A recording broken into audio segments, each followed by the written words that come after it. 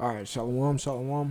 It's your brother Kasha Kwala coming back at you with another lesson, giving all glory, honor, and praises to Yahweh by Hashem, Yahweh Shai by Hashem Akakwadash. Double honors to the apostles and the elders, the great millstone, who rule and teach well. Peace, love, salutation to the elect 144 first fruit. All right, and without further ado, I'm just gonna jump into this scripture. All right, this is Philippians 4:12. It says, I'll start at 11. It says, not that I speak in respect of want, for I have learned in whatsoever state I am therewith to be content. Verse 12, I know both how to be abased, and I know how to abound. Everywhere and in all things I am instructed both to be full and to be hungry, both to abound and to suffer need. Verse 13, I can do all things through Hamashiach, which strengthen me. All right. So the point of this lesson is find your middle ground. Okay. Find your middle ground and sustain. Through your sustainability, of course, you'll grow, but find your middle ground. All right. You can abase and you can be abased and you can abound.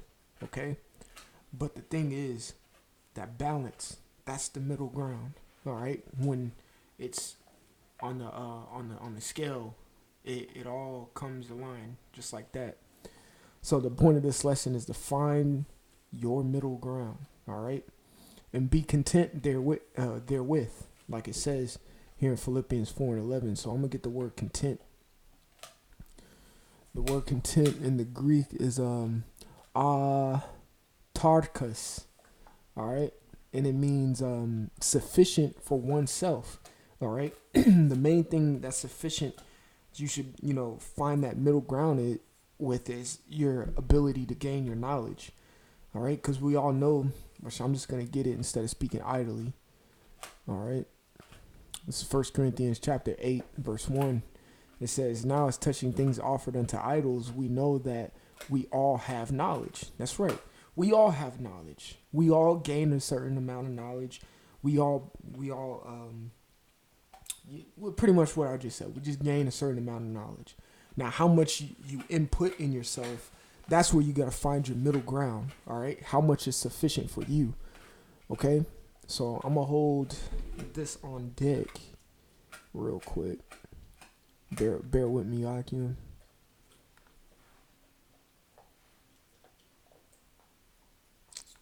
Ecclesiasticus 31. All right. I'm going to hold this on deck. So it says, we know that we all have knowledge. Knowledge puffeth up, but charity edifieth. Yes, your charity will build brothers up. All right. The word edify in the Greek is banah, which means to build. All right. But we know that the knowledge puffeth up. All right. Knowledge, the counteractive to that is pride. Any brother who has a lot of knowledge would be dealing with that demon of pride because he thinks he knows something. Verse 2. It says, but if any man think that he knoweth anything, he knoweth nothing yet as he ought to know. See, you still got a lot of learning to do. The scriptures say ever learning, okay? But going on, I'm going to get this in Sirach 31. It'll tell you how very little is sufficient for you. Sirach 31:19, it says, a very little is sufficient for a man well nurtured. And who well nurtures us? The apostles and the elders. Okay, I'm gonna get a precept to that real quick in the book of Matthew. Okay, so this is Matthew chapter 3 verse 4. It says, in the same John had his raiment of camel's hair and a leathered girdle about his loins, and his meat was locusts and wild honey. That's very little, but John the Baptist was well nurtured. He understood things that were going on. He understood the prophecies. He knew that the Messiah was going to come to him so he can baptize him. He was well nurtured by the Spirit. You don't need much when the Spirit is carrying you along. Okay? It's the same thing here. It says, a very little is sufficient for a man well nurtured. He fetcheth not his wind short upon his bed. All right? So let's go to I want to say it's 39. Yup. Sirach 39:26, it says, the principal things of the whole use of man's life are water, fire, iron, salt, flour of wheat, honey, milk, and the blood of the grape, and oil, and clothing. That's not much, all right? Because what nurtures us? The spirit, all right? How do we know the spirit nurtures us? By this. Let's go to 2nd Ezra real quick. 2nd Ezra, the 13th chapter. Let's go all the way down. 2nd Ezra 13:55. It says, thy life hast thou ordered in wisdom, and hast called understanding thy mother. Now what does a mother do? Nurtures you. We're just going to prove it by the scriptures real quick. All right, let's get 1 Samuel real quick. All right, let's see. So like, bear with me again, because I'm just trying to make these points using the scriptures. All right.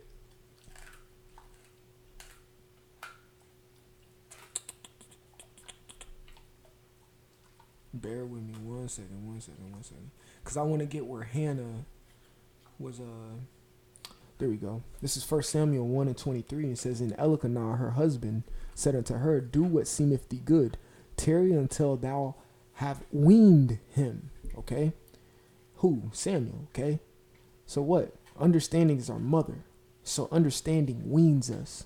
It nurtures us. It brings us up. It's the same thing Hannah was doing with Samuel here. And we saw the man that Samuel turned out to be. It says, and the Lord established his word. So the woman abode and gave her son suck, which is nurturing. When it says gave her son suck, that means Samuel was on the tit, getting the nutrients that he needed to, and that was sufficient for him. Okay, that was sufficient for him to grow. All right, the script, like we said, a very little is needed for a man who is well nurtured. All right, we can see right here that Samuel was well nurtured, and very little was needed for him.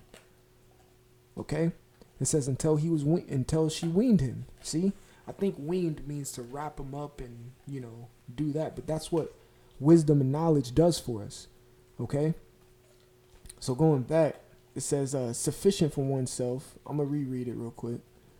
It says Philippians 4:11. Now that I speak in respect of want, for I have learned in whatsoever state I am, therewith to be content. That's right. And we have the word content, and it means sufficient for oneself, strong enough for possessing enough to need no aid or support. See, the Spirit will do that for us. Okay, so going back, the Spirit will do that for us. So what you need to find your middle ground. If you're intaking too much, you need to chill. If you're not taking much in, you need to abound. Okay, you got to learn how to abase yourself and abound yourself and find your middle ground so you're not overdoing on both sides. Okay, so verse 12, it says, I know both how to be abased. All right, and you could take that in two different ways. When the abasing comes to you out of the blue, and actually learning how to abase yourself, doing it yourself, which means humbling yourself. So Paul is right. I know how to be abased. I know how to conduct myself when I'm being humbled, and I know how to make myself humble. You see what I'm saying? All right. It says, and I know how to abound. Now, when you say abound, it's not saying he's making himself prideful, but I know how to be in a state of being just well off. You see what I'm saying? It says everywhere and in all things I am instructed both. Okay, instructed. You got that word instructed there. We have the word tharah, which is the law. Okay, and that means instructions or the law. So Paul is instructed by this book on how to be these certain type of things. The Tanakh, all right. It has the writings, okay. It has the prophets, and it has the laws. The writings are like the Psalms, the Proverbs, the Ecclesiastes, the prophets. Going from Isaiah all the way to Malachi. And then you got your historical, all right, historical settings. Then you got your law, which is the first 5 books, all right, that Moses wrote. Okay, he's been instructed through those books how to be a base and how to abound. All right, it says, I instructed both to be full and to be hungry, both to abound and to suffer need. Okay, but here's where the defining line or factor stands. Verse 13, I can do all things through Yahushua Hamashiach, which strengthened me. Now we understand why he said that, because what? The Lord left us what? Let me get it right quick. I can find it quicker in my scripts. John. Okay, cool. This is John 14 and 15. It says, if you love me, keep my commandments, and I will pray the Father, and he shall give you another comforter, that he may abide with you forever, even the Spirit of truth, whom the world cannot receive, because it seeth not him, neither knoweth him, but ye know him, for he dwelleth for he dwelleth with you, and shall be in you. Okay, that goes back to Revelation, the 3rd chapter. All right. That goes back to Revelation, the 3rd chapter. All right. Where it says, any man shall open, he will come in and sup with you. That's the Spirit. And that's what Yahushua left with us, man. All right. That's why the defining thing here in Philippians 4 is the 13th verse. When he says, I can do all things through Yahushua and Mashiach, is because Yahushua left us the Spirit. And that's how we know how to find our middle ground and to learn how to be a base and how to abound. And we find our middle ground, and we are sufficient with that. And we are content with where we at, So Lord willing, this was edifying. I want to give all glory, honor, and praises to Yahweh, by Hashem Yahushai, by Hashem Achakwadash. Double honors to the apostles and elders of Great Millstone, rule and teach well. Peace, love, salutation to the elect 144 first fruit. It's the brother Kasha Qual. Until next time, I want to say shalom.